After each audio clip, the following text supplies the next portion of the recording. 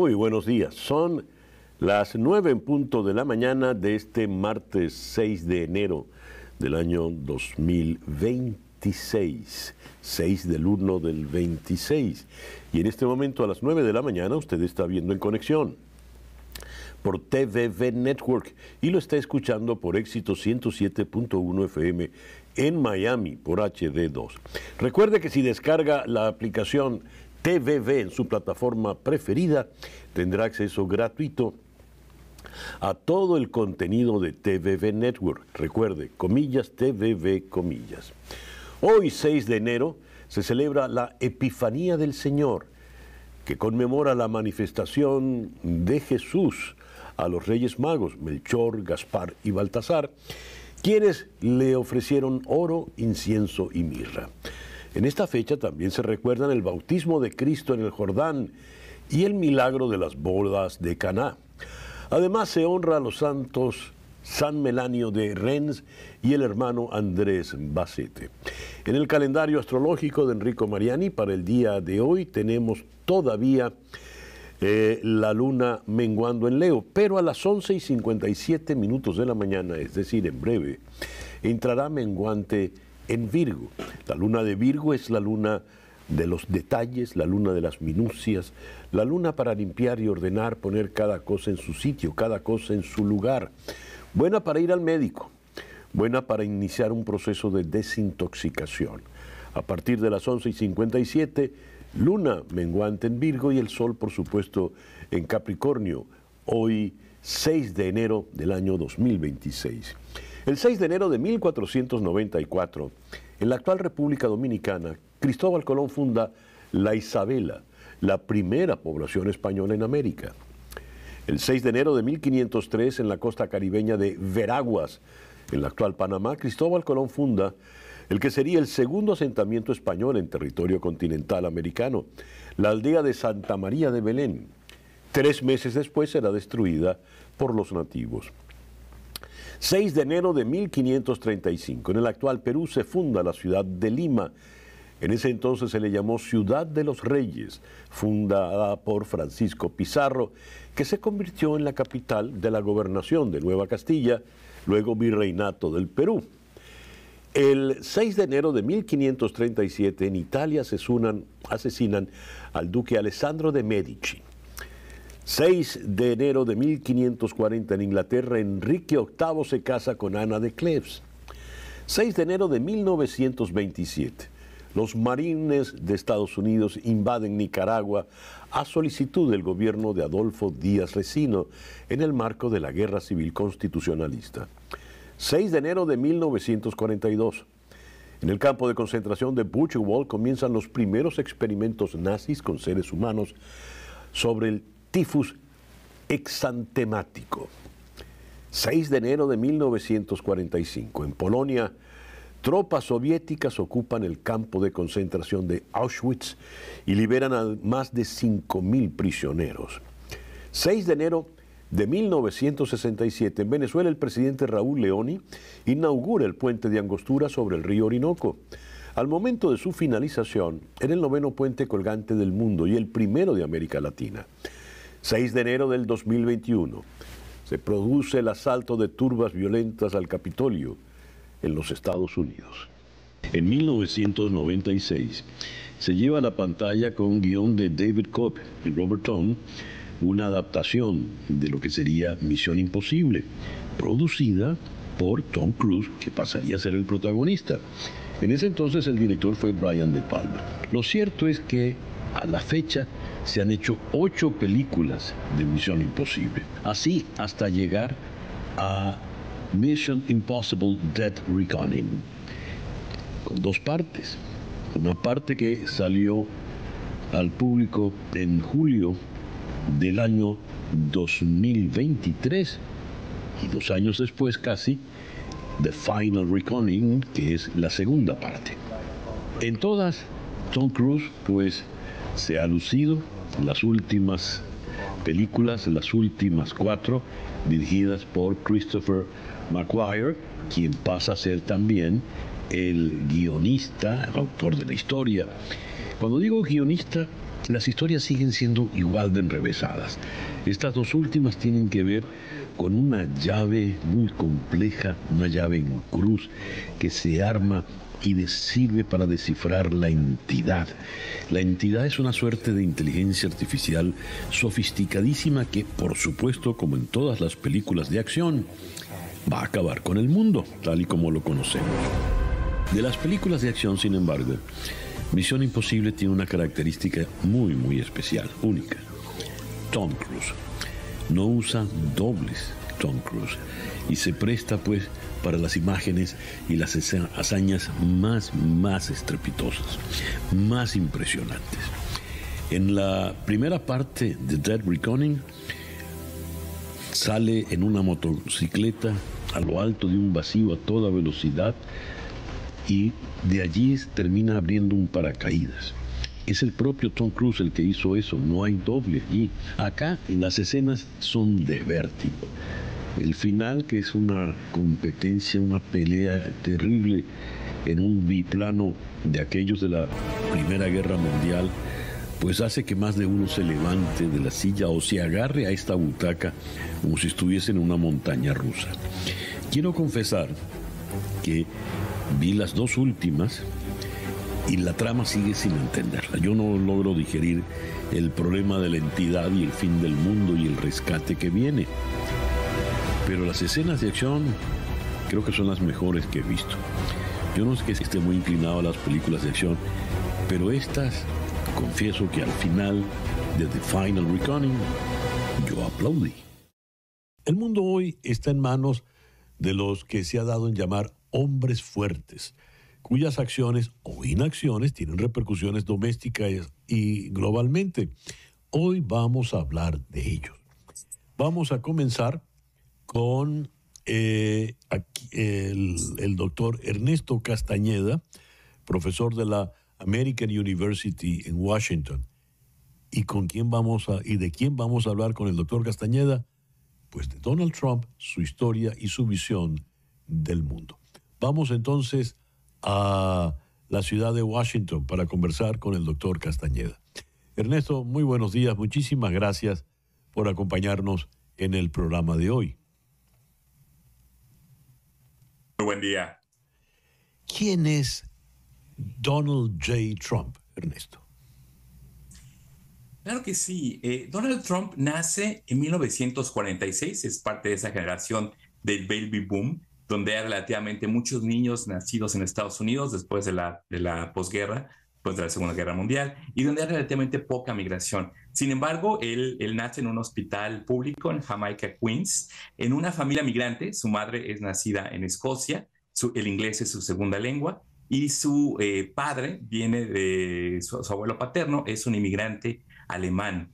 Su papá tiene dinero y contactos, pero se concentra a construir departamentos modestos y vivienda pública para el gobierno local, con contratos para el gobierno.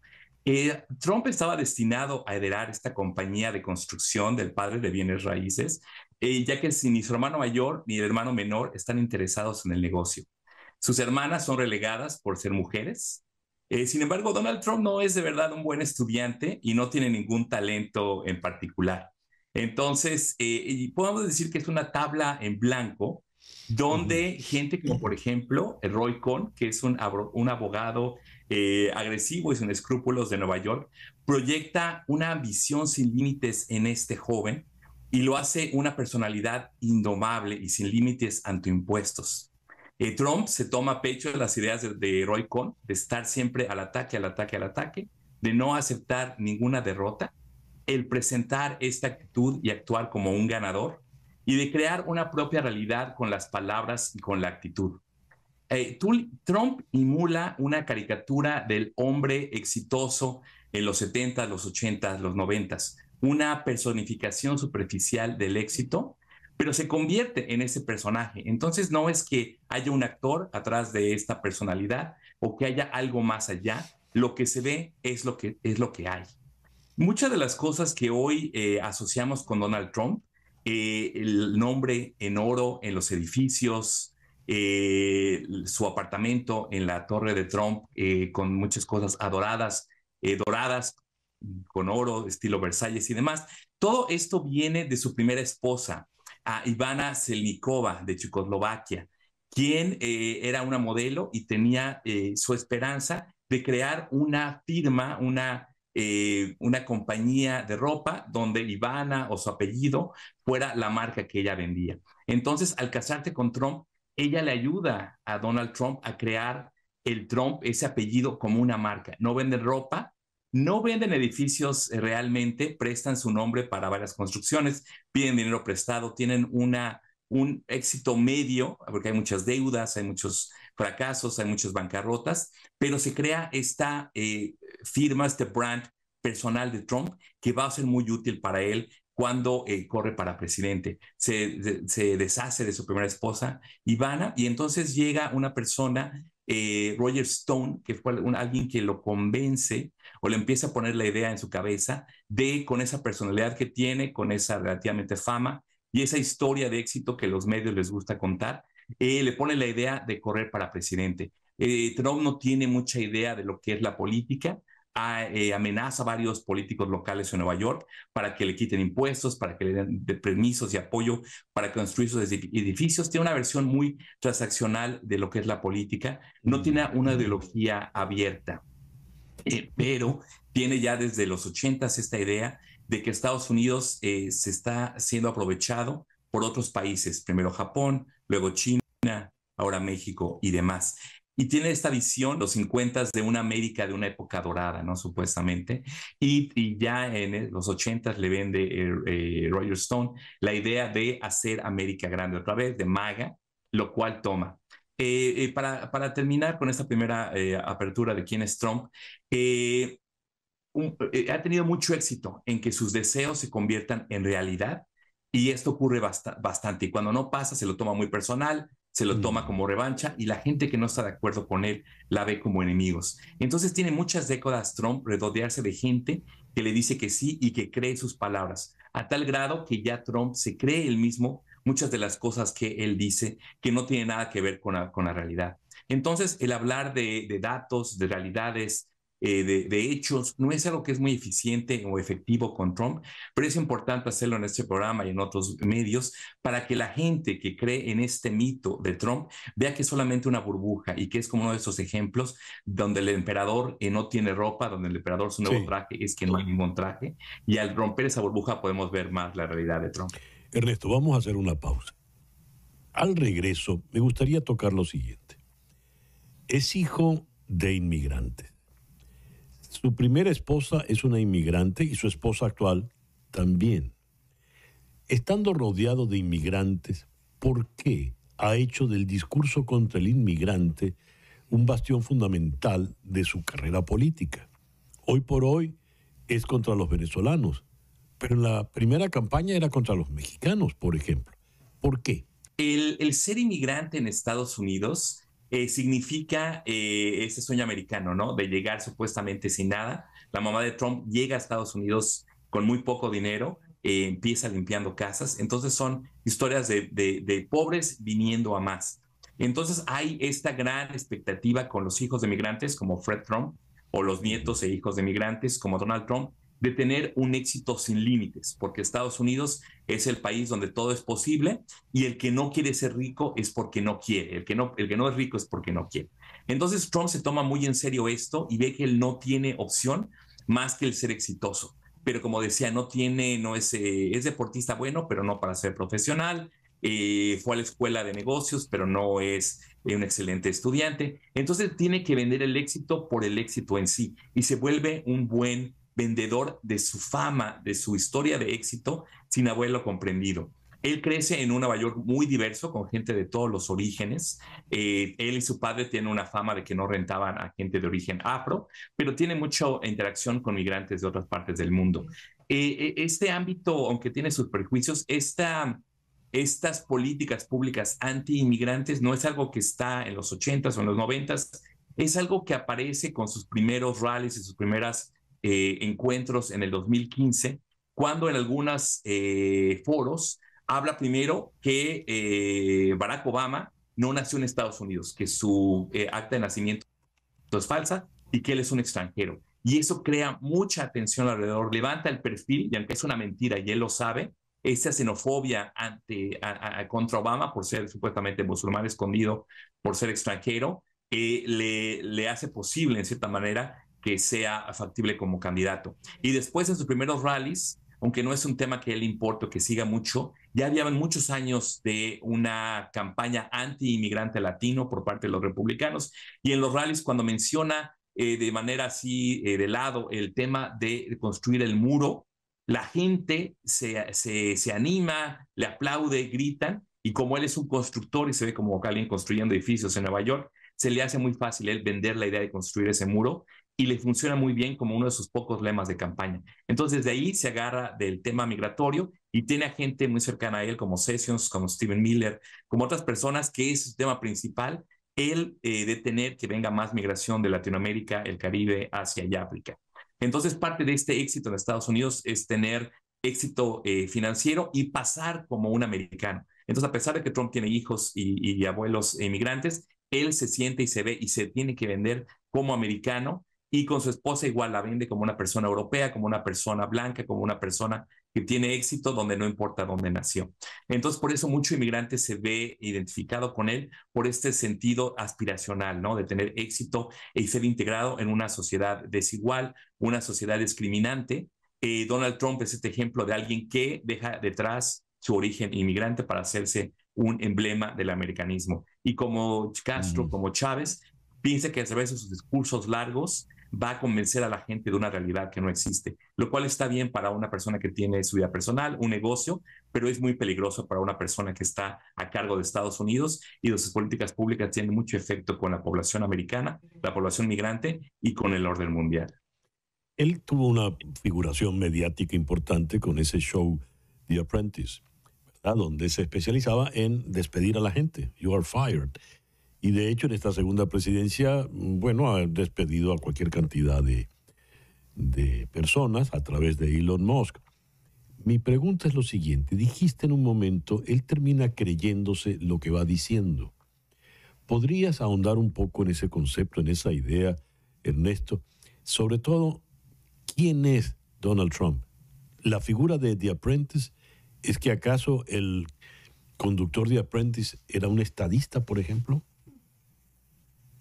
No. Donald Trump ha sido muy bueno en manipular los medios y generar atención. Él conoció y fue cercano a Andy Warhol en Nueva York, quien decía que no había atención mediática que fuera mala, ¿no? Entonces era el vender una imagen, el vender la idea, es una manera de generar dinero, generar riqueza. Entonces, Donald Trump repite mitos, repite ideas, crea escándalos. Ya desde que era un joven empresario en Nueva York, hablaba a periódicos como el New York Post y daba algunos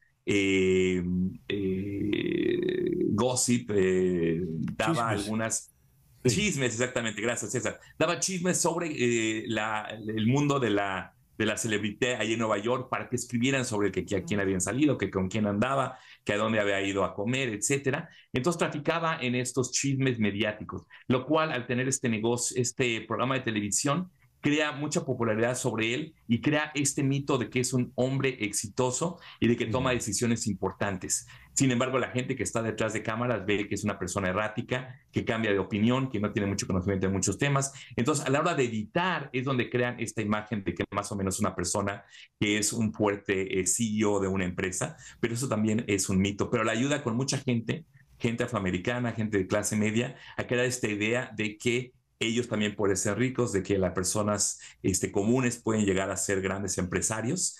Y esa idea se la cree él, que es más inteligente que los expertos. También se cree, por ejemplo, ideas de que los aranceles van a solucionar los problemas de Estados Unidos, o de que con hacer una llamada solamente por ser un hombre fuerte va a hacer que otros líderes lo escuchen y terminen una guerra, crean un tratado de paz y demás, lo cual es mucho más complicado en la realidad. ¿Cuál será el legado en definitiva de una personalidad, un personaje tan peculiar como Donald Trump, Ernesto? Si fuera un actor, si fuera una persona del mundo privado, hubiera seguido su mito y se hubiera sido una parte importante de la cultura popular de Estados Unidos de los 80s hasta acá. Pero al estar bajo la lupa, lo que tiene que estar, evaluando los periodistas, los ciudadanos como presidente, está haciendo y va a seguir haciendo errores muy importantes con importantes consecuencias, por lo que va a tener terminando tarde o temprano, va a ser una persona infame que va a pasar a la historia como un estafador, como un mentiroso, como una persona que vendió cosas que no eran falsas, que no eran reales, con falsedades. Entonces no va a tener todo un final feliz porque está poniendo en peligro muchas de las vías de Estados Unidos, destruyendo la economía en este momento, como decías, despidiendo gente con la intromisión de Trump, de Musk y demás, que va a tener efectos reales en los americanos, sobre todo los de clase baja y sus seguidores en las zonas rurales de Estados Unidos, que van a ser muy afectadas por los aranceles, por el cierre de USAID y demás. Entonces, esto va a tener, yo creo, lamentablemente, un final no feliz ni para Trump ni para todos los demás. Ernesto, muchísimas gracias por estos minutos en el programa de hoy. Una pequeña pausa y ya regresamos en Conexión.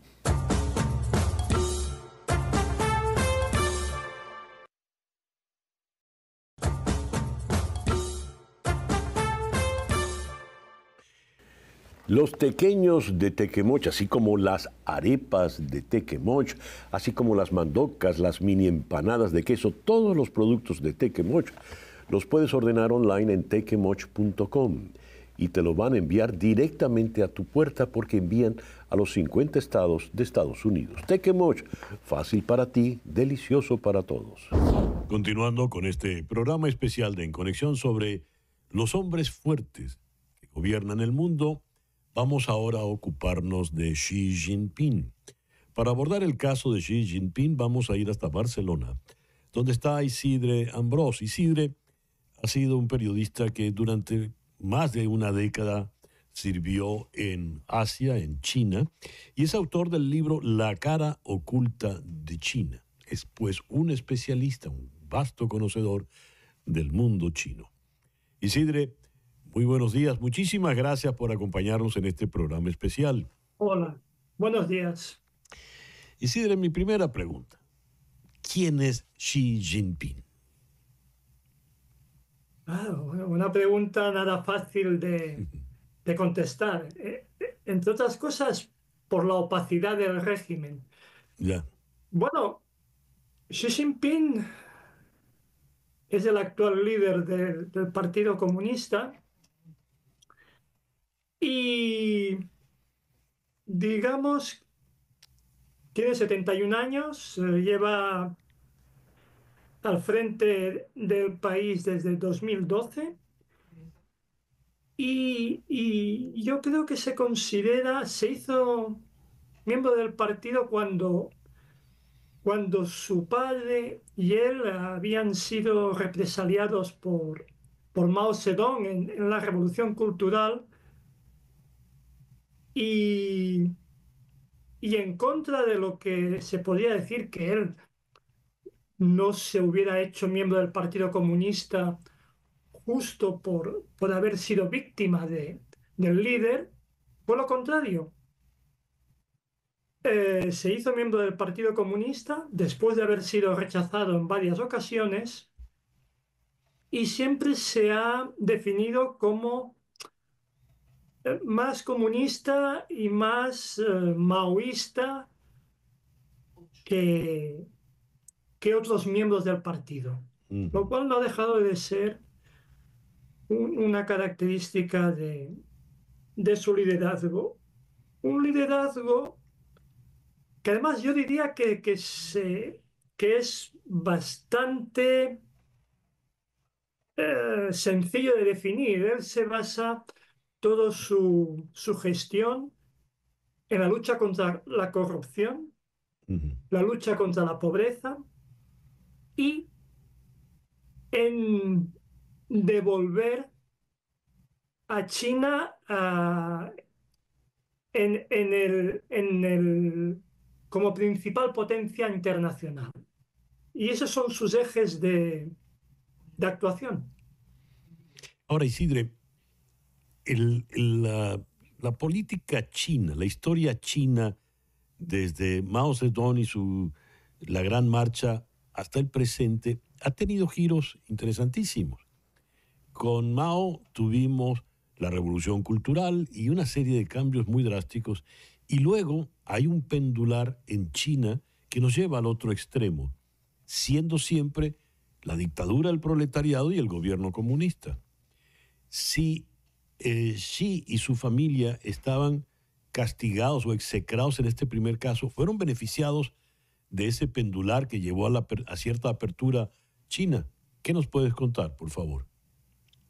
Sí, sí, exactamente. Además, por el peculiar sistema de funcionamiento del Partido Comunista Chino, de la cúpula del poder me refiero, precisamente el sucesor de Mao Zedong, Deng Xiaoping,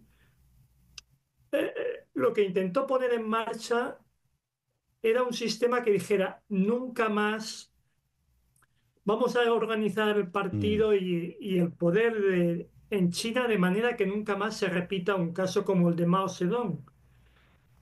Y entonces Deng Xiaoping eh, elaboró una serie de normas no escritas, entre las cuales estaba que el líder del partido y del país tenían que ser, si no la misma persona, que no pudieran sobrepasar 2 mandatos de 5 años. Luego, otra norma no escrita era 7 arriba, 8 abajo, es decir, un dirigente comunista que tuviera 67 años podía aspirar todavía a ascender en la cúpula del partido y del poder. Si tenía 68, se tenía que jubilar. mm, Y luego, otra norma no escrita era que el líder o el futuro líder del partido y del país tenía como mentores a una o a 2 generaciones anteriores. Es decir, en el caso de, de Xi Jinping, por ejemplo, uno de sus mentores era Jiang Zemin, que fue 2 mandatos anteriores presidente del país y secretario general del Partido Comunista, y Hu Jintao, que había sido su antecesor al frente del país. Ellos eran sus mentores. La llegada de Xi Jinping, en cambio, ha hecho trizas, no ha hecho caso de estas normas no escritas y se las ha saltado todas. Hasta el mm. punto de que él, en lugar de estar 2 mandatos de 5 años al frente del país, va por el tercero. Y luego supera la edad de 70 años, digamos, con lo cual también estaría fuera del partido. Y algunos de los miembros del comité permanente, que es la cúpula máxima del poder, también superan los 67 y 68 años. O sea que, digamos, vuelve otra vez hacia el otro lado del péndulo. ¿Cómo hizo Xi Jinping para apoderarse del partido y por lo tanto del país, llegando a tener más poder del que nunca tuvo Mao Zedong? ¿Cómo hizo? Bueno, hay 2 elementos fundamentales y que no tenemos que olvidar. Y es, primero, ¿de dónde viene la población china? De una situación de extrema pobreza y de extremas carencias. Mm, Entonces, desde el nacimiento de la República Popular China, en 1949, la sociedad china ha ido avanzando, ha ido mejorando su nivel de bienestar. Eso es importante. Pero entonces, este nivel de bienestar lleva consigo también unas carencias y unos excesos, como puede ser el tema de la corrupción. Entonces, Xi Jinping lo primero que hace al llegar al poder del partido primero y después del país, aunque el que manda de verdad es el poder del partido, es emprender una durísima campaña anticorrupción. Y eso la población lo agradece mucho, porque además él siempre hace alusión a proverbios clásicos chinos. Y entonces uno de ellos, refiriéndose a la lucha contra la corrupción, hizo referencia a que se cazarían tanto tigres como moscas en alusión a los grandes dirigentes del poder o a los funcionarios más bajos. No habría fronteras. Y en realidad ha sido así. Él ha llevado a la cárcel a importantes miembros del Politburo, que también es cierto que eh, eran rivales o adversarios suyos políticos. Ahora, Pero los ha llevado a juicio, han sido castigados y eso para la población es muy importante ver que los excesos se castigan. ya. Y eso le ha hecho popular. Ahora, Isidre, creo no exagerar si digo que esta condición de potencia de primer orden en el mundo actual, que se tutea con Estados Unidos por encima de Europa, tiene mucho que ver con la audacia de Xi Jinping como líder. Él es el que ha abierto al mundo. Es decir, cuando uno lo compara con Deng Xiao, con Mao Zedong, Mao Zedong vivía recluido allá en Pekín. Es decir, la historia fue que Nixon lo fue a saludar, pero este señor se ha reunido con los grandes líderes y ha procurado realmente la expansión y la influencia china en el mundo. ¿Qué nos puedes decir al respecto, Isidre? Sí. Bueno, esto yo diría que es un poco el, el- el- la conclusión, digamos, del progreso del país, en definitiva. Ujú. Claro, cuando Mao, eh, bueno, cuando crean la República Popular en 1949, China es un país que lleva primero 5 décadas de, de, de- de desastres, de guerras civiles, de invasiones. Ujú. Es un país destrozado, con cientos de millones de gente analfabeta, básicamente que sobrevive del campo y sin recursos. Entonces, y es una población que en ese sentido yo admiro al pueblo chino porque es muy sacrificado. Entonces, claro, esta gente, a esto se suma que medio siglo XIX, con un imperio decadente, un país invadido por potencias extranjeras, o sea, Ujú. es un país también muy nacionalista y que se ha ido superando paso a paso. Primero no comían caliente, después comían caliente una vez al día, después 3 veces al día, Ujú. después tenían una bicicleta, después un coche, han empezado a salir. Los primeros productos eran de mala calidad, han ido mejorando y Sí. eso, eso se ha notado. Isidre, quisiera, Y han empezado a salir, han empezado. Sí, dime. sí, te quería preguntar, él ha puesto hincapié, ha hecho un esfuerzo particular en la América Latina, ha abierto a inversiones importantes en América Latina, tratando, de hecho, es el que le teme ahora, o sirve en todo caso como excusa para el presidente Donald Trump. ¿Cuál es realmente la influencia de China en la América Latina y en el resto del mundo? Claro, hay un elemento también muy importante aquí, que él, cuando asume el poder, en paralelo a lanzar la idea de que él, su sueño, su gran sueño chino es el rejuvenecimiento de la nación, Ujú, al cabo de un par de meses lanzan el proyecto o impulsa el proyecto de la franja y la ruta, digamos, terrestre y marítima, de conectar China con el resto del planeta.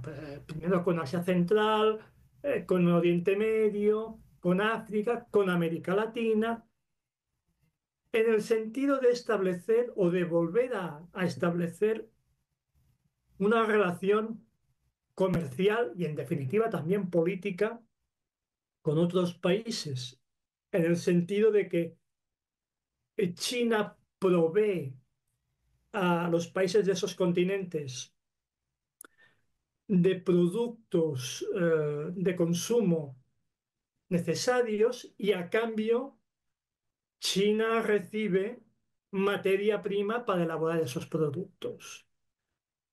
Y poco a poco, paso a paso, se erige en lo que podríamos ya denominar el líder, digamos, de ese sur global que ujú. englobaría a todo ese conjunto de países que no forman parte de Occidente, digamos.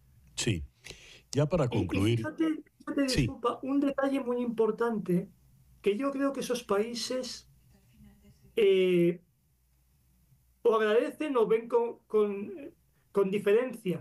China ha alcanzado ese nivel de gran potencia sin invasiones militares. Ujú, Y yo creo que ese es un detalle que a todos esos países que habían sido colonizados por potencias extranjeras occidentales, es una carta que supongo que Xi Jinping debe jugar bastante. sí, muy interesante eso. Isidre, te agradezco inmensamente esta, estos minutos que nos has dado en este programa especial el día de hoy. Ahora, continuando con este programa especial sobre los hombres fuertes que gobiernan el mundo, vamos a ocuparnos de Benjamin Netanyahu, el polémico primer ministro israelí. Para abordar su caso, vamos a ir a Madrid, donde está Luis Rodrigo de Castro, especialista en temas del Medio Oriente, es profesor de Derecho Internacional Público y Relaciones Internacionales en la Universidad CEU San Pablo. Luis, muy buenos días, muchísimas gracias por acompañarnos en este programa especial. A vosotros, buenos días, buenas tardes. ¿Quién es, mi primera pregunta, quién es Benjamín Netanyahu? Bueno, pues Benjamín Netanyahu es un viejo conocido de la política israelí. Él ha sido el personaje, la persona que más tiempo ha estado liderando un gobierno de Israel. Sí que es verdad que no ha sido de manera continua, ha sido de manera intermitente. Ya desde los años 90 está al frente del país. Pasa un paréntesis de tiempo en el que parece desaparecer, pero resurge con fuerza en la década pasada para convertirse en el hombre fuerte que lo ha sido prácticamente todo en el Estado de Israel. De la misma manera en la que lo ha sido casi todo, también ha corrido el riesgo de dejar de serlo todo, porque aunque es un hombre fuerte, resiliente, que ha sabido sobrevivir, porque esa es la palabra, es un superviviente político nato, Ujú. tiene sus causas judiciales y ha Sí, sido, bueno, a tal punto de armarse una coalición bastante heterogénea, bastante casi antinatura para desbancarle en el poder. Lo consiguió de manera muy breve, pero ha vuelto como el ave fénix a la oficina del primer ministro. vamos atrás, vamos a hacer un poco de historia. ¿De dónde viene él? Sus orígenes, dónde se formó, que todos estos elementos son vitales en la dirigencia israelí de estos tiempos, ¿no? ¿De dónde viene él? Bueno, pues Benjamín Netanyahu, pues como todos los israelíes, tiene una biografía un poco particular, ¿no? Sus orígenes, él tiene un hermano que es la figura que le va a marcar, evidentemente también sus padres, pero él se va a ver muy impactado por su hermano, por ese que estamos viendo aquí ahora en la fotografía, que va a ser militar y va a perder la vida en una de las operaciones más significativas que llevó a cabo el gobierno israelí, ¿no? Eso le va a marcar mucho a él y eso va a hacer que haga del orden, de la disciplina, esas bases sobre las cuales va a desarrollar su política, una política inflexible en algunos sentidos, una política eh, basada sobre todo en el orden y la imposición de ciertas medidas que aunque puedan ser duras, pues él considera que son necesarias. Y todo esto que parece que queda muy lejano en el tiempo, porque sobre todo esta operación en la que falleció el hermano de Netanyahu no es algo que sucediera la década pasada, ni siquiera en los Ujú. años primeros del siglo actual, sino bastante más atrás y eso le va a marcar, ¿no? Precisamente porque era un joven que estaba despuntando, va a verse muy condicionado, ¿no? Quizás si lo hubiera pasado, pues ahora ya en la senectud hubiera sido otra cuestión, ¿no? Pero esa pérdida de Jonathan Netanyahu, pues le va a afectar mucho y le va a quedar en el subconsciente de manera muy grabada a fuego. ¿Cómo entra en la política? Pues Netanyahu, bueno, es esa tendencia que en Israel se da mucho, ¿no? El comenzar conectado con el ejército y luego seguir en política, ¿no? Lo vimos también en el caso de Ariel Sharon. Él comienza sobre todo esa andadura en año 96, 99, liderando la oficina del primer ministro. A partir de ahí, pues sigue siendo una figura clave destacada en lo que es la política israelí, el partido al que pertenece. En Israel la política de partidos es muy diferente a la que tenemos en Estados Unidos, la que tenemos en Europa, porque los partidos son muy flexibles, se crean y desaparecen con muchísima más facilidad y esto, Ujú. bueno, pues una serie de particularidades en israelí, ¿no? Pero durante unos años en los que la política de Israel está dominada por el otro gran hombre fuerte, ¿no? Ariel Sharon, que luego pues tuvo una enfermedad y fue sustituido de manera prematura en el poder. Durante esos años su figura se ve un poco eclipsada, ¿no? Y resurge con mucha más fuerza en la década pasada y es donde empieza ese periodo de casi, bueno, y sin casi, de una década bastante larga, casi década y media, al frente del gobierno israelí, con esos periodos de intermitencia en los que fue desbancado por esas coaliciones que se formaron precisamente con el único objetivo y el único pegamento que mantenía unida esa coalición era la de intentar que Netanyahu no fuera primer ministro. Precisamente por eso que quebraron las mayorías parlamentarias de manera muy efervescente, fueron unas mayorías muy tenues y volvió a la oficina del primer ministro. Él es un hombre que tiene conexiones con Estados Unidos porque, bueno, pues su formación Claro. también bastante anglosajona bueno, es verdad que Estados Unidos siempre ha apoyado mucho a Israel y esto pues da lo mismo el primer ministro que se encuentra al frente del gobierno del Estado, ¿no? Pero ahí es verdad que él se ha llevado muy bien, sobre todo con el presidente Donald Trump. Él ha tenido mucho más feeling, evidentemente él es conservador, de lo que sería el centro derecha, derecha dura. Se ha llevado muy bien con los presidentes republicanos, sobre todo con Donald Trump en estos últimos tiempos en los que incluso le ha ayudado en la política exterior a través de estos acuerdos de Abraham que hicieron que Israel superara ese aislamiento por parte sobre todo de países Ujú. árabes, por ejemplo con Marruecos, con Arabia Saudí, que acercaran esas relaciones con países que hasta hace no mucho podían considerarse enemigos acérrimos de Israel, no llegando hasta el punto de lo que es Irán, pero sí que es verdad que había un rechazo a reconocer al Estado de Israel, ¿no? En una primera oleada, Sí. pues tuvimos a Egipto, que reconoció y estableció relaciones diplomáticas, pero ese es el gran logro de la primera administración Trump, y ahí, pues, bueno, Benjamín Netanyahu, pues, ha sido alguien que con muy buen feeling ha sabido llevarse muchísimo mejor con Donald Trump, y yo creo que estaba deseando que volviera el presidente actual a la Casa Blanca y que Biden pasara a la historia de los presidentes en Estados Unidos. Él, lo has dicho, nadie ha gobernado más tiempo en Israel que él. Claro, han sido periodos consecutivos, pero su presencia gobernando en Israel le ha sido determinante, eh, no solo a nivel doméstico, sino en toda la región. En la actualidad tiene frentes adversos muy fuertes, incluso domésticamente pues tiene juicios abiertos y como bien decías es un sobreviviente. Vamos a hacer una pequeña pausa, por favor. Al regreso me gustaría que pudiésemos evaluar lo que ha sido ese largo periodo de gobierno de Netanyahu, ese largo periodo de sobrevivencia política que le ha caracterizado. Al regreso, por favor. Ya volvemos con el profesor Luis Rodrigo de Castro en Madrid.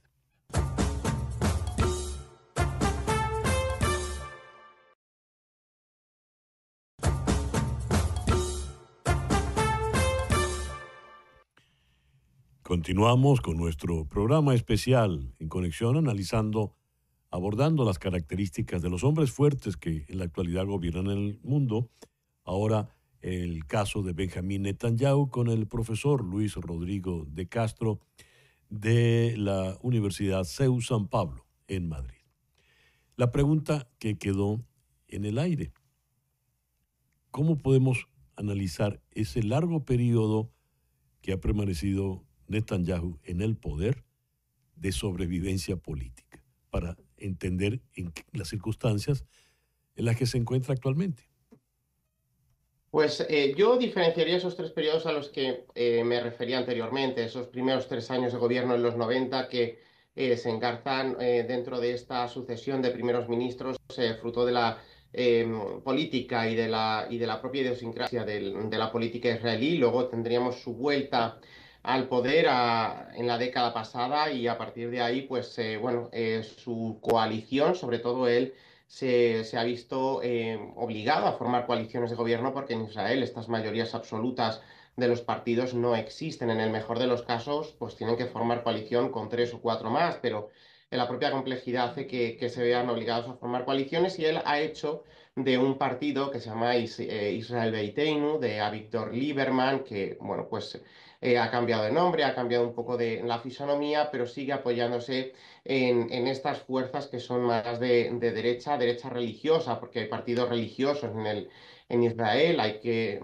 tener en cuenta que mucha población pues, viene de Rusia, otros son sefardíes, askenazíes, dependiendo de la proveniencia geográfica, pues han montado sus partidos precisamente para esas sensibilidades. Pero lo que es la última etapa y lo que llevó a que Yair Lapid y Bennett pues luego intentaran pactar ese gobierno alternativo en el que incluso tuvieron que negociar con los países de la minoría, perdón, los partidos de la minoría árabe del país, cosa que levantó bastantes ampollas, pues han sido unos escándalos que se basan sobre todo en cuestiones tan dispares como fraude, abuso de confianza.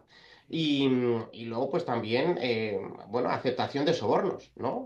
Fraude, bueno, puede ser un error, pero los otros dos son casos bastante serios, ¿no? Incluso sus asesores han tenido bueno, ser encausados y esto pues le está poniendo al borde del abismo. Sí que es verdad que esa es la palabra que hemos utilizado, es un superviviente porque ha sabido culebrear bien, no sé si existe el término, pero yo creo que también refleja muy bien esa trayectoria personal para volver al poder, a pesar de tener todo en contra. La obsesión por el poder no es una obsesión per se. Podemos decir que alguien pues tiene esa obsesión porque tiene una vocación de servicio público. No digo que Netanyahu no lo tenga, pero sí que es verdad que el cargo de primer ministro pues lleva aparejadas ciertas no inmunidades, como lo podemos entender en el sentido de que podemos cometer cualquier delito, que no seremos juzgados, pero sí lleva ciertas prerrogativas judiciales, ¿no? Y es ahí donde también esa ambición de permanecer en la oficina del primer ministro, pero estos escándalos que después de tanto tiempo pues son casi inevitables, ¿no? Sí, bueno, son evitables, pero después de 14 años, bueno, pues nadie es perfecto y algún fallo podía tener, por decirlo de alguna manera, están llevando a que así que es verdad que desde el punto de vista externo, la política que está llevando a cabo en Gaza y la situación internacional le favorece, le fortalece, porque es alguien que, bueno, no le tiembla la mano a la hora de poner en marcha decisiones impopulares, decisiones que puede que le causen cierto desprestigio incluso al propio país desde el punto de vista internacional, pero esa cuestión, ese cuestionamiento del que está siendo objeto a nivel interno, bueno, pues vivió un paréntesis cuando Hamás atacó el sur del país, pero a día de hoy ya esa ola, esa efervescencia de crisis que llevó incluso a formar un gobierno de unidad nacional ya ha pasado y incluso partidos que le apoyaron en ese primer momento para intentar asestar un golpe a Hamás, intentar recuperar a los secuestrados y los cadáveres de los asesinados, pues ha pasado y hay voces ya que están pidiendo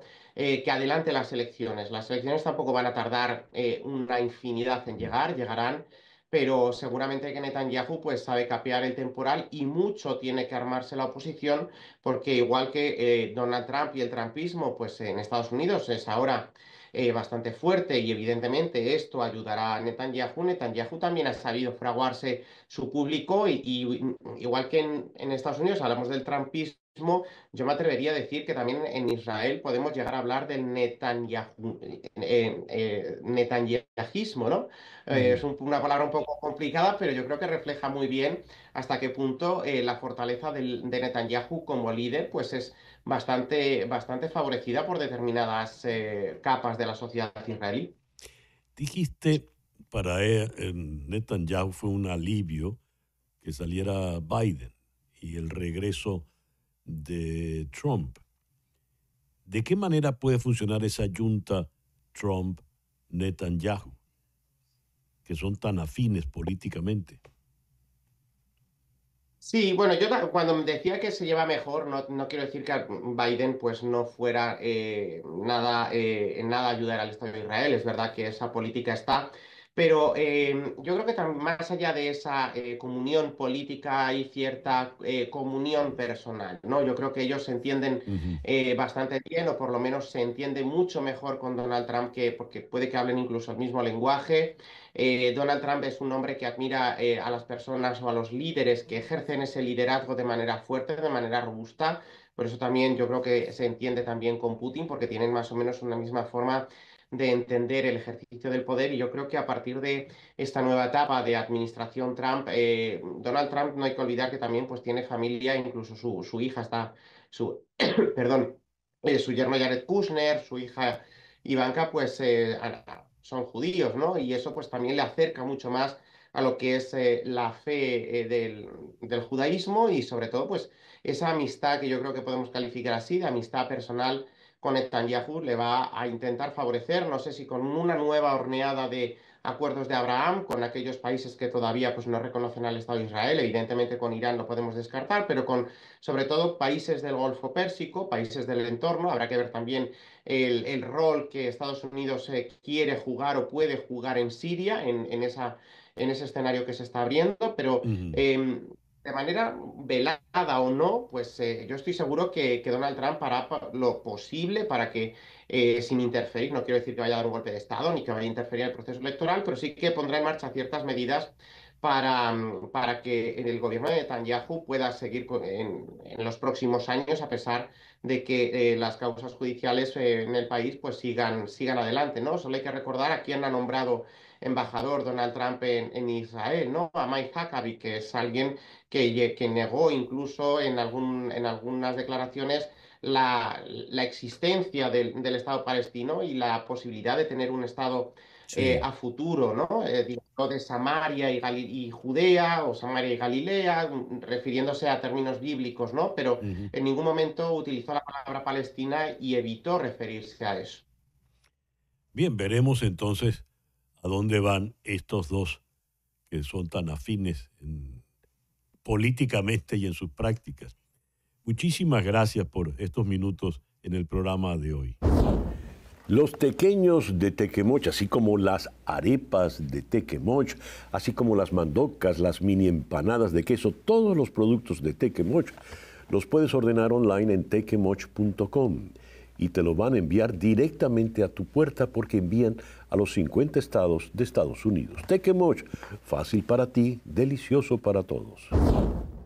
Continuando con este programa especial sobre los hombres fuertes que gobiernan en el mundo, vamos ahora a Corea del Norte para hablar de Kim Jong-un. Para abordar la personalidad de Kim Jong-un, vamos a consultar con el doctor César Niño, profesor de Relaciones Internacionales. Él está en Bogotá. César, muy buenos días. Muchísimas gracias por atender nuestra invitación en el programa de hoy. César, muchas gracias por la invitación y un placer, como siempre, conversar contigo. Mi primera pregunta. ¿Quién es Kim Jong-un? César. Bueno, Kim Jong-un, hay que decirlo con todas las letras, no es un dictador, es el dictador de Corea del Norte. Es en esta oportunidad el heredero de una dinastía en el que se ha construido bajo el culto a la personalidad un líder que se ha caracterizado por ser el líder supremo de la nación de Corea del Norte. Es un personaje que evidentemente con sus políticas totalitarias y autocráticas ha hecho de Corea del Norte un estado aislado, un estado absolutamente pobre, también es cierto, pero con una peligrosidad parece ser que inminente sobre el arsenal nuclear y una hipótesis de amenaza sobre Corea del Sur. En esta oportunidad, Kim Jong-un es el hijo de Kim Jong-il y nieto de Kim Il-sung, que es tal vez el fundador de la nación de Corea del Norte. Muy bien. Estamos hablando de una dinastía, ¿verdad? Como pudiésemos hablar de esas dinastías monárquicas, entonces en lugar de Kim I, Kim II, Kim III, van cambiando los apellidos. A ver, vamos a colocarnos en la perspectiva histórica. ¿Quién era el abuelo? Bueno, Kim Il-sung, el abuelo de Kim Jong-un, es tal vez uno de los hombres más representativos de la nación norcoreana. Es entonces una suerte de tótem en cuanto al culto a la personalidad. Es considerado casi que una autoridad divina dentro de la política norcoreana. Kim Il-sung fue evidentemente uno de los precursores de la construcción militar de Norcorea. Fue creador de la ideología Juche, líder supremo de la República Popular Democrática de Corea, y básicamente desde 1948 hasta su muerte, que fue en 1994, pues fue evidentemente el líder supremo de esta nación. Ahora bien, hay que entender que Kim Il-sung, bajo su liderazgo, Corea del Norte instaura su propuesta de Estado socialista con economías planificadas. Estamos teniendo en cuenta que esto hace parte dentro de la Guerra Fría y a finales de la década de los 50, ¿no? Corea del Norte disfrutó tal vez de uno de sus niveles de vida más alto. Por eso es recordado con gran admiración y por supuesto ha sido una de las antítesis frente a la condición de Occidente, ¿no? Aquí hay unas diferencias interesantes con Corea, digamos, con Corea del Sur, que empieza como la perspectiva de lo que tiene que ver con la antítesis del sur y el norte a partir de este momento. A él le toca la guerra de Corea y el establecimiento del famoso paralelo, pero hay en él algo extraordinario, porque tú dices, es casi una divinidad, se le considera que está vivo, de hecho los embajadores le presentan cartas credenciales, es al féretro de Kim Il-sung. Ahora, sí. para ponernos en la perspectiva histórica, ¿qué hizo luego su hijo? Bueno, es muy bueno lo que acabas de decir, porque a Kim Il-sung, todavía el abuelo, le llaman el gran líder, ¿no? Y no ha muerto, Sí. como tú me lo dices, en el espíritu de Corea del Norte. Es decir, es el alma, es el ADN de Corea del Norte, muy parecido a lo que pasa con Stalin, por ejemplo, y con lo que pasa también con el espíritu de Lenin en la Unión Soviética en su momento. Con el hijo, que es efectivamente el papá de Kim Jong-un, su nombre es Kim Jong-il, es evidentemente el heredero de este personaje. Este personaje, Kim Jong-il, fue conocido como el querido líder, ¿no? Y este querido líder, o el amado líder, o el gran dirigente, todos estos adjetivos calificativos y rótulos, pues proponían de alguna u otra manera la forma frente a la cual se construía una doctrina colectivista, nacionalista y por supuesto de la construcción del Estado. También tuvo o tiene también una suerte de deidad, es el hijo del sol, es el hijo de Kim Il-sung, ¿no? Y recibe de alguna u otra manera en sus manos pues la construcción o terminar la construcción del Estado norcoreano. Es importante tener en cuenta que este sujeto, Kim Jong-il, ingresó al Partido de los Trabajadores en el 61.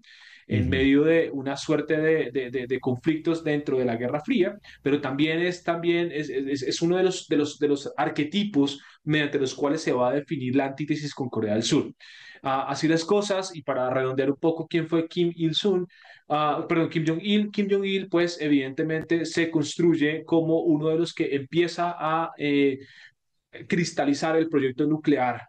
¿Quién es este joven entonces de apenas 41 años? ¿Y cuáles son los riesgos que realmente representa para el mundo con todo su poderío nuclear? Bien, Kim Jong-un, el joven heredero, como tú muy bien lo mencionas, llega al poder en el año 2011 tras la muerte de su padre. Y aquí representa entonces un gran peligro para la democracia, presenta un gran peligro para la estabilidad de Asia y para la seguridad internacional. Es un sujeto que se conoce muy poco sobre su vida anterior a ser presidente o, bueno, comandante, como le llaman, o líder supremo de Corea del Norte. Y eso nos deja muchas especulaciones en el radar. Una de ellas es que al parecer estudió en Suiza, su colegio, y ha sido muy cercano a personalidades del mundo de la farándula, como basquetbolistas como Dennis Rodman de Estados Unidos. Y eso, por supuesto, genera algún tipo de simpatía en algunos círculos sociales. No obstante, Kim Jong-un es un líder que se acaba de ejecutar por aniquilar, por asesinar a sus contradictores y a sus opositores, tanto dentro de Corea del Norte como por fuera de Corea del Norte. Kim Jong-un pasa a la fama por asesinar a su tío, por mandarle un misil al exministro de Defensa por quedarse dormido en una reunión, por sus brutalidades como formas de represalia en los comités del partido y por supuesto por ser uno de los hombres más atroces y brutales en términos de construcción de la política norcoreana. Recordemos un poco su hostilidad frente a Corea del Sur, su acercamiento en el gobierno anterior de Donald Trump, en el primer gobierno con Donald Trump, y en esta oportunidad, pues, al parecer es el líder de una nación bastante pobre, pero con armas nucleares. Y eso es lo que pone el punto de inflexión, precisamente porque Corea del Sur ve en riesgo su existencia por la personalidad de un sujeto como Kim Jong-un, que ha hecho pruebas nucleares cerca pues a los océanos de estos grandes países como Japón, como inclusive la misma China, que tiene una sombrilla protectora sobre Corea del Norte, pero no por eso ha dejado de molestar incluso a la mismísima China, porque hay algo importante y estratégico que mencionar, y es que los ruidos que hace Corea del Norte en la península de Corea llama la atención de las potencias occidentales, cosa que no le conviene a los chinos, por supuesto, para que husmeen en su, entre comillas, patio trasero.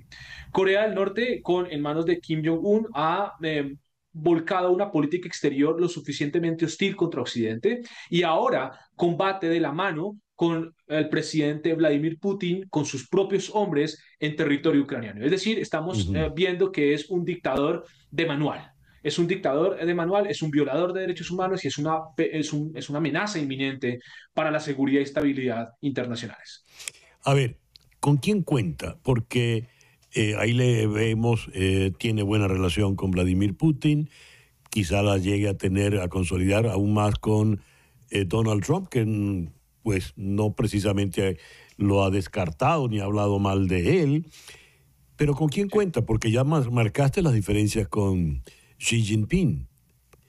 Y la otra pregunta que quiero hacer... Sí, adelante, por favor. No, tranquilo, termina tu pregunta. No, la otra pregunta es, un país tan pobre, ¿de dónde saca para ser potencia nuclear? Bueno, bien, voy a empezar por lo último, y es que hay muchas sospechas sobre que Corea del Norte no tiene la capacidad de lanzar un ataque nuclear de gran envergadura, como lo ha dicho el propio régimen norcoreano, precisamente porque si lo tuviera, el alcance ya lo hubiera hecho. En otras palabras, podríamos estar diciendo que es la política también de un fanfarrón, sin por supuesto, menospreciar y sin subestimar las actitudes del líder norcoreano. Esto llevaría a entender que tiene armas nucleares gracias a que ha tenido una práctica y una política muy interesante, y es que ha secuestrado los grandes científicos que, digamos, que se hereda después de la Guerra Fría. Hay una transferencia de conocimiento por parte de la Unión Soviética en su momento, y ahora con Rusia, la Rusia de Vladimir Putin, hay un acuerdo que hay entre Corea del Norte y Rusia, a partir de que Corea del Norte le suministra hombres y Rusia le suministrará recursos para sus proyectos nucleares. Eso es importante tenerlo presente. También, por supuesto, Xi Jinping es, a pesar de que le moleste algunas de sus formas de actuar en la península de Corea, evidentemente es el aliado incondicional, casi que natural, de Kim Jong-un. Esto porque es el padrino y es el líder que cobija las estrategias de seguridad regional. Es decir, no podemos entender la seguridad de Corea del Norte sin la presencia de China. En otras palabras, Corea del Norte tiene el aval chino para hacer su carrera armamentista dentro de esta condición. Sin embargo, habrá que ver algo que sus aliados, para terminar la respuesta, sus aliados hoy cada vez son menores, pero son aliados muy peligrosos. O aliados, por supuesto, del eje que algunos podemos conocer como un eje del mal, ¿no? Rusia, por ejemplo, tenemos en cuenta incluso algunos apoyos económicos y políticos por parte del régimen de Irán, ¿no? Es importante tenerlo presente. China, claramente, y sin duda alguna, en algún momento teníamos una presencia de algunas facciones diplomáticas con Siria. En otras palabras, estamos dándonos cuenta que es un eje autocrático y es un eje de dictadores quienes apoyan al régimen de Kim Jong-un, que en otras palabras es considerado un régimen terrorista. Una última pregunta. La hermana, que en algunos momentos se ha perfilado, al menos es lo que hemos leído en Occidente, como una eventual rival, si no es su gran aliada. ¿Quién es ella realmente? Bueno, la hermana de Kim Jong-un es una persona que ha salido en los últimos años muy cercana al líder, a Kim Jong-un, como una estratega y como una asesora casi que de seguridad nacional. Hemos visto los encuentros que han tenido en los últimos años en diferentes contextos internacionales, con las pocas visitas que ha tenido el presidente Kim Jong-un, porque también es cierto que no tiene giras internacionales muy visibles, evidentemente por su figura, pero ella es entonces la que de alguna u otra manera filtra la agenda, la que incluso comanda la estrategia de inteligencia nacional, es tal vez la que le suministra la inteligencia al presidente, bueno, al líder, perdón, para que tome decisiones, y claramente es una de las que mejor conoce a Corea del Sur. Es un agente de inteligencia de las más grandes calidades estratégicas, seguramente no humanas, sino éticas, pero de las más grandes estrategas del gobierno de Kim Jong-un. Se ha sospechado de alguna u otra manera que pueda ser el reemplazo de él, en dado caso de su enfermedad. Se sospecha que Kim Jong-un está muy enfermo de diabetes y de algunas otras enfermedades, porque lo han visto cojear en algunos videos y en algunas informaciones de inteligencia occidental.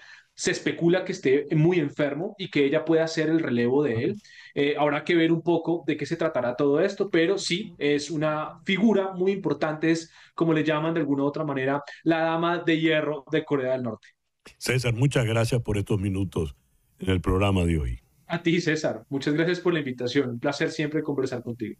Muchas gracias. El doctor César Niño desde Bogotá. Una pausa y ya regresamos con este programa especial de En Conexión.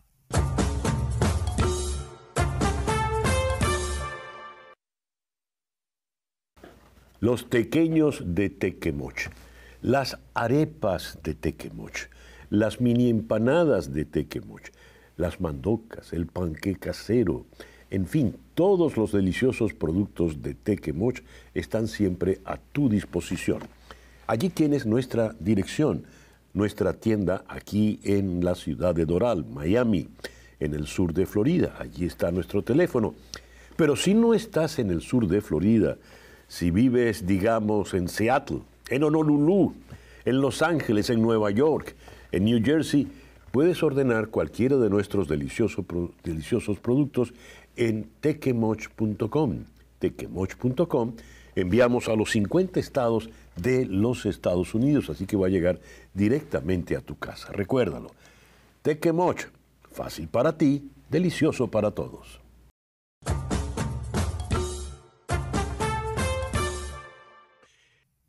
Nos toca nada menos que Vladimir Putin. Para hablar de Vladimir Putin vamos a ir hasta Madrid para conversar con María José Pérez del Pozo. La señora Pérez del Pozo es profesora de Relaciones Internacionales y Asuntos Exteriores de Rusia en la Universidad Complutense de Madrid. María José, muchísimas gracias por atendernos en este programa especial del día de hoy. Buen día, muchas gracias. Estoy encantada de estar con ustedes, de saludarles. Gracias. Gracias. María José, mi primera pregunta, ¿quién es Vladimir Putin? Bueno, digamos que Vladimir Putin era una persona hasta 1999 y desde entonces se ha transformado en otra. Era un miembro del KGB que estuvo destinado en Dresde durante todo el periodo de la perestroika. Por lo tanto, él realmente era un outsider del régimen, no era una persona que participara en ninguna de las decisiones del PQS, ni que tuviera realmente conocimiento de cuáles eran los planes de Gorbachov el entorno de la nomenclatura del PQS, del proceso de transformación que se inicia en la Unión Soviética desde el año 85. Sin embargo, una vez que él retorna a la Unión Soviética, él comienza a trabajar en el Ayuntamiento de San Petersburgo. El alcalde había sido un antiguo profesor en la Facultad de Derecho de Vladimir Putin, Anatoly Sobchak. El Ayuntamiento de San Petersburgo en realidad era una escuela política. Y de hecho, bueno, a partir de ahí empezó su ascenso en la política. Ya no solo era un aparachic del KGB, sino que empieza a asumir cada vez mayores competencias hasta que llega a ser líder la continuación del KGB, que es el actual FSB, el Servicio de Seguridad, ¿no? Y en un momento determinado, por una serie de coyunturas, él aparece como la persona ideal para sustituir a Boris Yeltsin. Boris Yeltsin, a lo largo de los años 98 y 99, está durante varios meses eligiendo y de hecho nombra a distintos presidentes del gobierno, primeros ministros, pero esas personas no acaban de cuajar, en parte por los propios intereses de Boris Yeltsin, que él quería retirarse con unas garantías de inmunidad que no todo el mundo le prestaba. Sin embargo, Vladimir Putin le presta esas garantías de seguridad y eso de alguna forma afianza su papel primero como primer ministro, presidente del gobierno y a continuación a partir del año 2000 como presidente. Desde entonces ha ido enlazando unas coyunturas con otras hasta convertirse en una persona en cuyas manos confluyen prácticamente todo el poder dentro de Rusia, hasta construir lo que se llama la vertical del poder, ¿no? Tanto en los aspectos políticos como económicos, militares, incluso sociales o culturales. La figura de Vladimir Putin es central, porque ha aprovechado una serie de coyunturas y saca también una serie de lecturas políticas de los fallos o de las imperfecciones que tuvieron lugar durante el gobierno de Boris Yeltsin. Él saca una lección de todo eso precisamente para no repetir esos errores. Boris Yeltsin tiene un enfrentamiento con los tanques, de hecho saca los blindados para disparar contra el Parlamento en el año 93. La lección que saca Putin es que el Parlamento tiene que ser un órgano domesticado. Por lo tanto, solo los partidos afines se sientan dentro del Parlamento, ¿no? De esa forma inicia ese proceso de ascensión donde todo el entramado político institucional es de personas o de grupos afines a la propia figura de Vladimir Putin. María José, vamos a un momento, vamos a congelar aquí la historia. Vamos un momento más al pasado. El haberse formado en la KGB, el órgano de inteligencia del Partido Comunista de la Unión Soviética, una institución llena de una leyenda negra terrible, ¿verdad? Era el cerebro de inteligencia en los tiempos de la Guerra Fría. Haber sido activo, un espía, un oficial de la KGB o del KGB, ¿qué características impuso sobre ese personaje que después terminaría siendo el líder de Rusia? Lo que quiero saber es de qué manera este individuo que estamos juzgando y que estamos escudriñando fue tallado por ser miembro de la KGB. Lógicamente, todos los miembros de los servicios de inteligencia, tanto del KGB como de cualquier otro, tienen una formación muy especial y trabajan con un modus operandi y una serie de principios también muy concretos, ¿no? De lealtad a una serie de dogmas derivados del Estado, ¿no? De la perpetuación del Estado bajo no importa qué parámetros, ¿no? Es decir, la defensa de una serie de intereses con independencia de los medios que haya que utilizar. Pero hay que tener en cuenta también que Vladimir Putin no fue durante los años de la perestroika e incluso los anteriores, no era un gran cuadro dentro del KGB. Él estaba destinado en Dresde. Dresde era un destino de segunda. Probablemente eso le permitió conocer lo que pasaba en la República Democrática Alemana en esos años de la transición, en el proceso de descomposición del bloque del Este, en definitiva, y de ahí también sacó sus lecciones. Pero no era lo que se llamaban los Golden Boys, que eran los que estaban destinados en Estados Unidos, en París o en el Reino Unido, es decir, los que tenían destinos verdaderamente importantes. Probablemente su destino en Dresde estaba marcado por el espionaje industrial, ¿no? No se sabe muy bien cuál era su cometido. Podía ser de ese tipo, ¿no? Por lo tanto, no era una persona que tuviera en ese momento grandes responsabilidades. Probablemente, como es lógico, había pasado por una formación muy concreta y por la defensa de una serie de medios para conseguir unos fines que forjan el carácter, ¿no? de un agente del KGB o del FSB actual. María José, la pregunta que quedó en el aire la resumo. Usted dijo, Vladimir Putin era alguien hasta 1999. Después es otra persona. ¿Quién es y por qué es pivotal esa fecha? Bueno, esa fecha es significativa porque inicia, a partir del año 2000, se inicia la Segunda Guerra de Chechenia. Y además, durante los años 97 y 98, Rusia había vivido una crisis financiera brutal. Gran parte de los bancos más importantes del país habían desaparecido como consecuencia de la importación de la crisis financiera asiática dentro de Rusia. Las arcas estaban completamente vacías. Putin llega, sanea las arcas, convierte la economía rusa en una economía prácticamente de monocultivo dedicada a la exportación, a la producción, exportación y comercialización del gas y petróleo e inicia la guerra de Chechenia. Son las circunstancias también quienes lo convierten en alguien especial. La guerra de Chechenia le sirve a Putin para devolver al pueblo ruso el orgullo de volver a ser una gran potencia, que lo había perdido durante la década casi perdida del liderazgo de Yeltsin, ¿no? Por lo tanto, hay una recuperación de la opinión pública en torno a la figura del presidente, hay un saneamiento de la economía en el país y hay también una proyección internacional y un reconocimiento internacional hacia Rusia. Eso lo convierten en una persona poderosa y en una persona que de alguna forma, tanto desde el punto de vista interno como internacional, representa una serie de valores reconocidos en todo el mundo. Es decir, en ese momento no había ninguna crítica tampoco por parte de los países occidentales hacia la figura de Putin. Él va consolidando su posición interna a partir del conflicto de Chechenia, de la recuperación. También no olvidemos que en la primera guerra de Chechenia Rusia firma un acuerdo de paz y ha perdido la guerra, ¿no?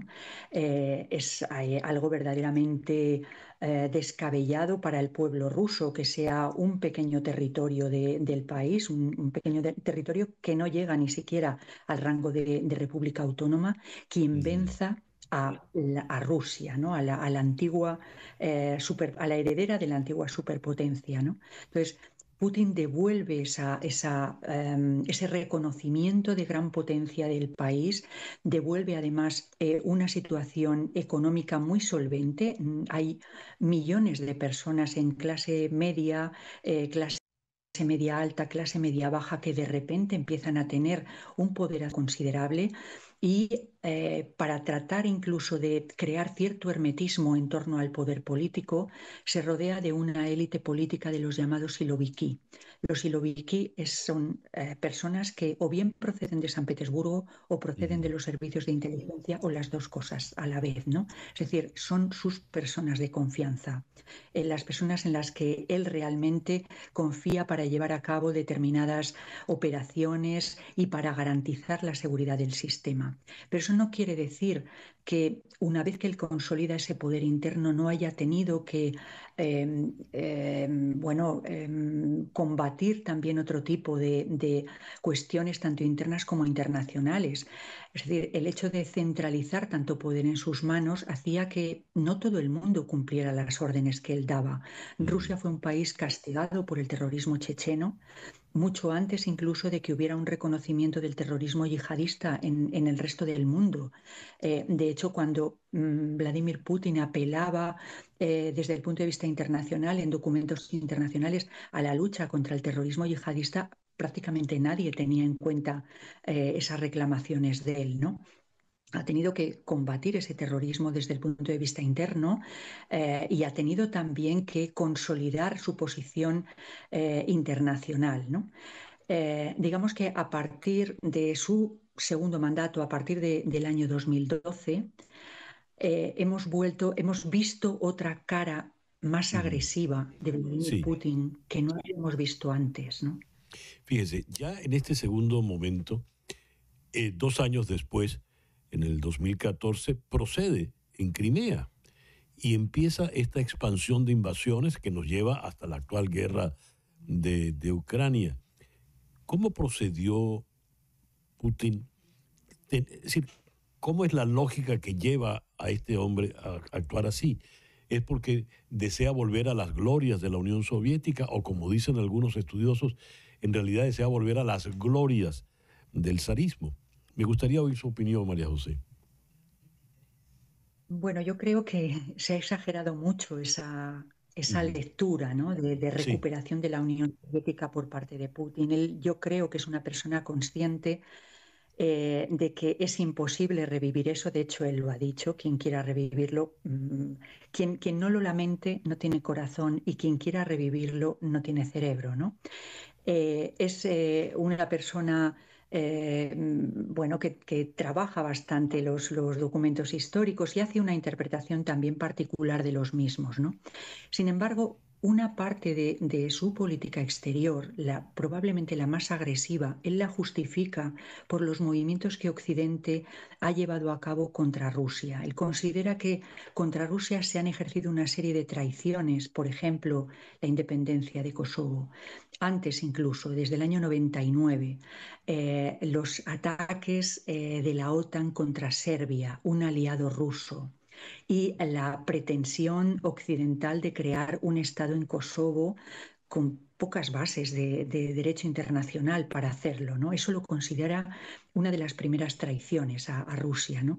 Y a partir de ahí todo el proceso de expansión de la OTAN, teniendo en cuenta que en algún momento a Gorbachov se le prometió que la OTAN no llegaría a las fronteras de la Unión Soviética, entonces es considerado por parte de Putin como una traición, ¿no? No olvidemos que en el año 2001 fue el primero que llamó al presidente Bush para ofrecerle ayuda en la intervención en Afganistán, le prestó las bases rusas en Asia Central y le pasó todos los datos y todos los contactos que tenía en la Alianza del Norte. Él considera que desde ese punto de vista él ha tendido la mano a los países occidentales, pero que no ha sido pagado con la misma moneda. Que Occidente ha llevado a cabo una serie de traiciones contra Rusia y de ataques inexplicables, como él considera la propia expansión de la OTAN, que bueno, su lectura es que esa expansión de la OTAN, que es una organización de Guerra Fría, frente a un pacto de Varsovia que ya se disolvió, esa expansión de la OTAN está pensada contra Rusia, es la lectura que él hace. Y desde ese punto de vista, todos los documentos estratégicos de Rusia desde el año 91 hasta la doctrina nuclear de finales del 2024, en todos Rusia declara que su área prioritaria de influencia es el extranjero próximo.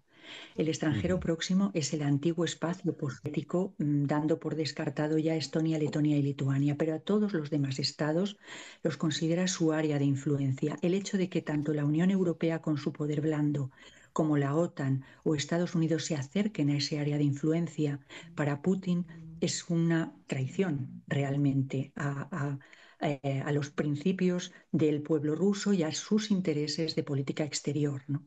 Por lo tanto, eso es lo que ha contribuido en cierta medida a endurecer también la posición de Putin hacia los países occidentales, ¿no? La lectura que hace incluso el ataque de Crimea, él lo interpreta como una respuesta, o la anexión de Crimea lo interpreta como una respuesta a lo que él llama un golpe de Estado que se lleva a cabo en febrero de 2014 en Ucrania. Y ya para concluir, María José, ¿cómo ve usted que vaya a terminar toda esta cadena de acontecimientos? Porque ahora pues tenemos a una Europa que trata de unirse en contra de Putin, que ha encontrado por lo visto un gran aliado en Donald Trump. Y la guerra pareciera que él tiene, para decirlo en el léxico del señor Trump, tiene las cartas, las tiene en este momento, pareciera Vladimir Putin. ¿Cómo ve usted eso? La solución al conflicto de Ucrania es complicadísima.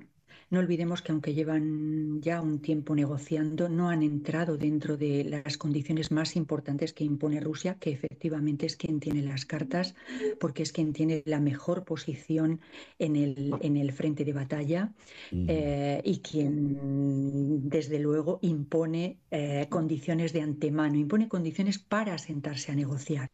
Las condiciones territoriales son complicadísimas y van a exigir mucho tiempo de negociación. Si a todo eso le añadimos la actuación de un Donald Trump como una especie de agente de caos, ¿no? Que tan pronto apoya a Zelensky como lo ningunea y tan pronto apoya a Putin como no. Es decir, nos encontramos con pocas certezas en todo este proceso de negociación, ¿no? Mi idea es que una vez que se empiece a negociar el tema territorial, es decir, que se negocie un acuerdo de paz, si solamente hay un alto el fuego, no estamos ante una solución del conflicto, es una congelación del conflicto.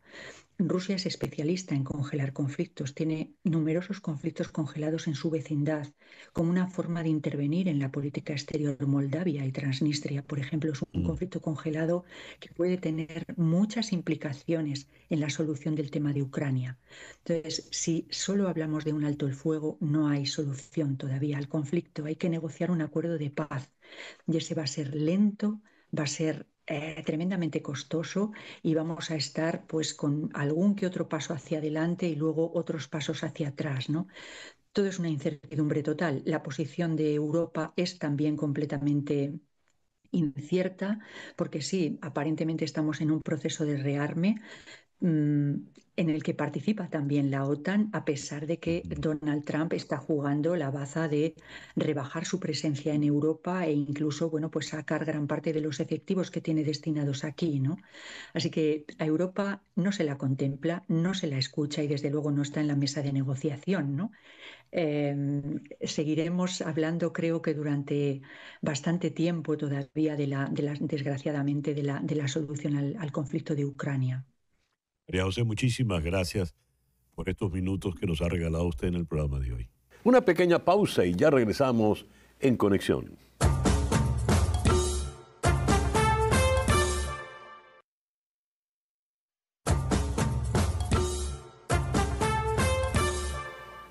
Continuamos con este especial de En Conexión. Nuestro foro de hoy: orígenes psicológicos y sociológicos del radicalismo actual. Leo esto. Los orígenes psicológicos y sociológicos del radicalismo actual son una compleja interacción de vulnerabilidades individuales, agravios sociales y fuerzas tecnológicas modernas. La radicalización contemporánea no es un proceso uniforme, sino dinámico, a menudo acelerado por las redes en línea y las cámaras de resonancia amplificadas. Ningún factor por sí solo es suficiente para explicarla, pero se pueden observar patrones clave en diversos movimientos. Ese es nuestro foro de hoy. ¿Por qué esta radicalización tan extrema, tan absurda, que nos impide medianamente sentarnos a conversar? En familia se toca un tema y de repente estalla el enfrentamiento entre hermanos, entre padres e hijos, en fin. ¿Por qué estamos viviendo esto? Nuestros destacados foristas para el día de hoy, en la ciudad de Bogotá, Tulio Hernández, sociólogo, escritor, y aquí en la ciudad de Miami, el doctor Héctor Vizcarrondo, médico psiquiatra. Tulio, Héctor, muchísimas gracias por acompañarnos en la mañana de hoy. Vamos a comenzar con Tulio, que es el que está más lejos y es el que nos puede dar la visión quizá más amplia, la visión social. ¿Por qué esta radicalización tan asfixiante, Tulio? Bueno, como lo dijiste, son muchos los factores, pero creo que hay 3 o 4 que deberíamos precisar. Uno, por lo menos en Occidente, la pérdida de las identidades políticas tradicionales básicas que permitían la convivencia clara entre generalmente 2 o 3 movimientos políticos que le daban base a la democracia y que neutralizaban de alguna manera el radicalismo político. La segunda razón, yo creo que ya lo dijiste en el texto que leíste, tiene que ver con las redes. El hecho que los medios tradicionales, por ejemplo, el periódico, traía un empaquetamiento del mundo con un rigor, independientemente de que a veces no lo fuera, pero que tenía el respaldo de una casa editorial y de un autor que era responsable por lo que decía. Y en tercer lugar, digamos, y en las redes no existe eso. Cada quien escribe lo que quiera, expresa lo que quiera, y es una especie de ágora loca, al contrario de lo que aspirábamos que fuera un ágora como la de los griegos para que todos conversáramos, se ha vuelto una especie de lugar de drenaje de emociones y del odio. Y la tercera, creo muy importante, es el resurgimiento de fundamentalismos que creíamos superados, desde los religiosos, que tienen que ver directamente con el terrorismo, hasta fundamentalismos al opuesto, ¿no? Formas de antirracismo, antimachismo, que llevan también a que, siendo causas nobles, llevan a formas patológicas de lucha, como ese absurdo de los militantes ecologistas que destruyen obras de arte valiosas para protestar. Creo que esas 3 cosas son, y una más, y es la pérdida, por lo menos en América Latina, de centro, de organizaciones y de ideologías políticas que convoquen a la convivencia, como lo que vivíamos en Venezuela cuando teníamos socialdemocracia y democracia cristiana, como lo que se vivía en Brasil en otras épocas, y ahora vivimos en un péndulo entre extremos. Lo que puede ser lo más extremo del Partido de los Trabajadores y lo que puede ser el extremo homofóbico, nacionalista, militarista de Bolsonaro. Entonces, en ese mundo hay un escenario para que, y de esta parte se la dejo al doctor porque es el que sabe, para que los ánimos, la tolerancia, el pluralismo, vivido como valor interior, desaparezca y entremos en esa especie de crispación permanente en la que estamos viviendo hoy en el mundo y particularmente en América Latina. Magnífico el mapa que nos has dibujado con esos 4 puntos fundamentales para entender esta radicalización. Pero en lo personal, en lo humano, aquí en mi cabeza, ¿qué es lo que me lleva a haberme radicalizado de una manera tan enfermiza? Le pregunto al doctor Héctor Vizcarrondo, médico psiquiatra. Lo más divertido de mi profesión es que nunca he visto a nadie igual a otro. O sea, no creo en la igualdad como tal. El fenómeno humano es tan complejo que inclusive hay clínicas que lo hacen, que personas idénticas, morochos, homocigotes, tienen diferentes conductas patológicas o no tiene uno y el otro sí lo tiene. Eso hace divertido. La mente, como su nombre lo indica, tiene el producto más elaborado, es la mentira. La mente genera mentiras. Ante el mundo, nosotros necesitamos tener una coherencia, eso que ustedes, los escritores, llaman narrativa. Y esa coherencia, la mente la organiza igual que cuando tú ves un prestidigitador haciendo un acto de magia, la mente te dice, eso es imposible que lo haya hecho, porque la mente se concentra en que tiene que haber una narrativa, un comienzo y un final y un sentido lógico de las cosas. Pero el sentido lógico es uno, el sentido psicológico es otro. Cuando nacemos con un hardware emocional, básicamente. El niño llora y yo creo que ese llanto es fundamental, es la inseguridad máxima. El llanto llama a que la madre lo mantenga en los brazos y le dé el alimento, y es la sobrevida. De ese manejo entre la madre, el padre y el hijo en los primeros años, porque somos unos seres que tenemos una niñez muy larga, de ese manejo sabio, intuitivo, surge una coherencia. Entonces surge dentro del niño, a través del pecho materno y de las caricias, surge lo que llamamos confianza básica, un basic trust. O sea, surge una sensación interior de confianza. Y así se va desarrollando, habría que tener más tiempo, pero va esa interacción entre el padre, la madre y el niño, va generando que las emociones que venían en el hardware se le adosaran palabras con un sentido y además no solo semántico, sino con una carga emocional. Eso genera una estabilidad en el niño. Sin embargo, lamentablemente, hoy en día yo hablo de Family Deficit Disorder, una categoría que me inventé aquí en los Estados Unidos, porque todo atenta contra la familia.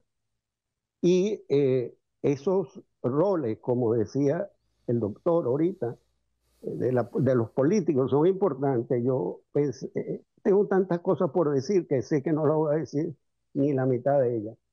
Pero pensaba, por ejemplo, en Rómulo Betancourt y la forma como realizó la democracia, como en el 45 se lo dio al maestro y después yo creo que el que estaba más feliz con el cambio de gobierno en la democracia de nosotros era Rómulo Betancourt, cuando Gonzalo Barrio entregó. Entonces, había modelos que creaban confianza.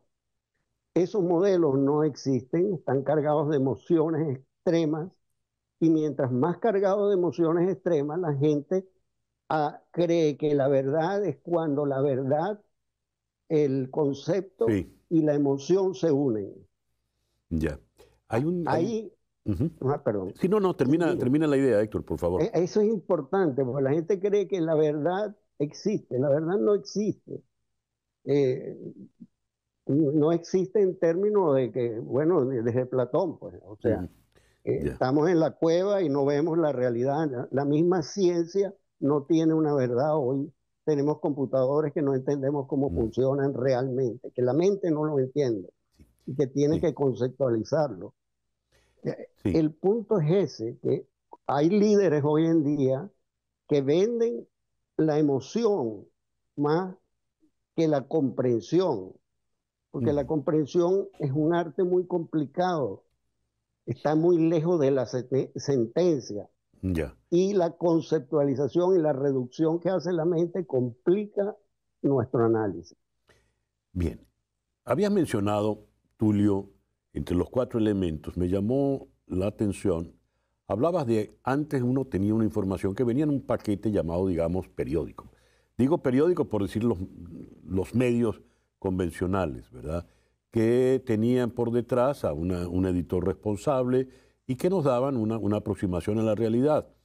Hoy en día, con las redes sociales, donde todo el mundo parece Pecosville, que disparan desde la cintura, nadie se hace responsable de nada y todo esto se exacerba. Humberto Eco ya había dicho que el problema con las redes es que le daban licencia para que hablase de tú a tú al borracho del bar con el académico. ¿De qué manera esas redes han influido en la radicalización, que es nuestro foro de hoy, en la radicalización que vivimos, Tulio? Sí. Voy a retomar la última parte del doctor Vizcarrondo, que es la emocionalización sustituyendo la comprensión y la racionalización. Las redes, además de sus virtudes, que tienen muchísimas, son también un espacio idóneo para la emocionalidad desencadenada y cabalgando furiosa y sola. Y creo que ese tema de la emocionalización de la política y la emocionalización de las creencias religiosas y de incluso de las creencias sobre alimentación, sobre hábitos de salud, que ahora cualquiera recomienda una medicina natural X, probablemente inventada para recomendarla. Creo que esa parte de la emocionalización es una de las que más daño nos ha hecho en el presente. ¿Por qué? Si usted se fija que ahora los fanatismos, como vamos a poner fanatismo como sinónimo de radicalismo, pero no en el sentido de ideología política del siglo XIX, Okay. sino de actitud radical, yo creo que eso es lo que ha producido los más daños. Fíjense, para ejemplificarlo elementalmente, la ultraderecha europea, que cada vez cobra más fuerza y más radicalidad, tiene un programa mínimo, todo emocional. ¿Cuál es su fórmula de éxito? Rechazo a los inmigrantes, rechazo al Islam, ideas fuertes, afirmación de la identidad nacional y de las soberanías nacionales, oponiéndose incluso a la Unión Europea, y un programa autoritario orientado a la seguridad, que también lo han asumido derechas latinoamericanas como la de El Salvador, que tiene un gran éxito en el modelo, pero el modelo es arrollador de los derechos humanos. Y la radicalidad de izquierda, bueno, por supuesto condena al imperialismo, menos a los que les gusta, Sí. reconocimiento y naturalización de grupos ilegales y relación. Todos los estados tienen mafias, Italia los ha tenido, Estados Unidos, pero la nueva radicalidad son estados mafias que tienen estado, como el caso venezolano. Entonces, ¿cómo poner a dialogar estas dos cosas? Es casi imposible, y por eso yo creo que es una urgencia, una nueva pedagogía de la convivencia, una nueva pedagogía del pluralismo, y ojalá vuelvan a salir líderes como Rómulo Betancourt, Ojalá. que su a partir del pacto de Punto Fijo era que hubiera alternancia política y convivencia pacífica, o como Konrad Adenauer en la Alemania, o como Felipe González en España, que además eran de hombres sólidos intelectualmente, pregonaban la convivencia como valor, convivencia pacífica, como valor absoluto de la democracia, que es lo que es. El tiempo hoy ha sido muy cruel con nosotros. Le voy a dejar la palabra al doctor Vizcarrondo. Héctor, corre en las redes en este momento una frase que ha tenido mucho retweet, como dicen. Es de José Saramago, el Nobel portugués. Llegará el día en que la inteligencia será despreciada y la estupidez adorada. ¿Estamos en ese día, Héctor, por todo lo que hemos hablado? Sí, hay que recordar que los estupefacientes, que están muy en boga, vienen de la palabra estupidez. O sea, los seres humanos le tenemos pánico a la mente, le tenemos pánico a pensar. Y por eso existen, yo lo uso de manera simple, los líderes que son los hunters y los seguidores que son los farmers. La mayoría de la gente quiere ser seguidor. Hay una expresión de Picasso que nos ayudaría mucho a esto. Quiero tener tanto dinero como un rico para vivir feliz como un pobre. Más o menos esa era la idea. Es decir, hay anular el pensamiento y la duda y la diferencia, el dilema, es algo insoportable para los seres humanos. Por eso se meten en las redes para intoxicarse con las redes y buscan a los líderes o los que crean nuevas ideas cargadas de emoción que le da la sensación de que es una verdad. Es como el fanatismo de un equipo. Si yo soy de un equipo de fútbol, por decir algo, pierda o gana, yo quiero ese equipo. Y ustedes ven que en los estadios haya toda una emocionalidad. Yo hablo que los estadios y las iglesias son zonas de tolerancia emocional, donde se descarga toda la emocionalidad. Luego, vuelvo a decir, lo importante es la comprensión, y para tener comprensión hay que tener humildad, el poder conjugar. Una diferencia es una invitación, es una inspiración, es la búsqueda de un nuevo camino. Mientras más diferente piensa alguien a mí, más me llama la atención, en el sentido de que me reviso y termino diciendo que la libertad, para poderla lograr, tiene que asociarse a la responsabilidad. Muy a bien. la responsabilidad de uno mismo y no ceder la responsabilidad en terceros. Tulio, Héctor, muchísimas gracias por estos minutos en la mañana de hoy. El doctor Tulio Hernández, sociólogo desde la ciudad de Bogotá, el doctor Héctor Vizcarrondo, psiquiatra aquí en Miami. Y este miércoles en Conexión, ¿qué es el autoritarismo? Este miércoles en Conexión. Gracias pues por permitirnos estar allí. Tengan todos el mejor día posible.